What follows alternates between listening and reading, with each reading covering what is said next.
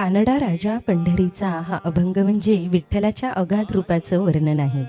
येथे कानडा या शब्दाचा अर्थ आहे समजण्यास कठीण किंवा गूढ, ज्याचे रूप आणि लीला लवकर कोणाला कळत नाहीत असा हा अनाकलनीय परमेश्वर पंढरीचा राजा झालेला आहे. ज्याचा खुद्द अंत वेदांनाही लागला नाही, तो निर्गुण निराकार ईश्वर आपल्या भक्तांसाठी सगुण रूपात पंढरीच्या विटेवर प्रकट झाला आहे. अमरेवर दोन्ही हात ठेवून उभा असलेला हा विठ्ठल म्हणजे निव्वळ दगडी मूर्ती नसून चैतन्याचा पुतळाच आहे. तो भक्तांसाठी इतका वेडा झाला आहे की त्याच्या प्रेमापोटी, भक्तांच्या प्रेमापोटी चंद्रभागेच्या काठी युगेनयुगे उभा आहे. हा देव भक्तांच्या प्रेमाचा भुकेलेला आहे. तो नामदेवांची खीर चाकतो आणि चोखामेळ्यांची ढोरे राखतो आणि संकटकाळी भक्तांचा रक्षणकर्ता होतो.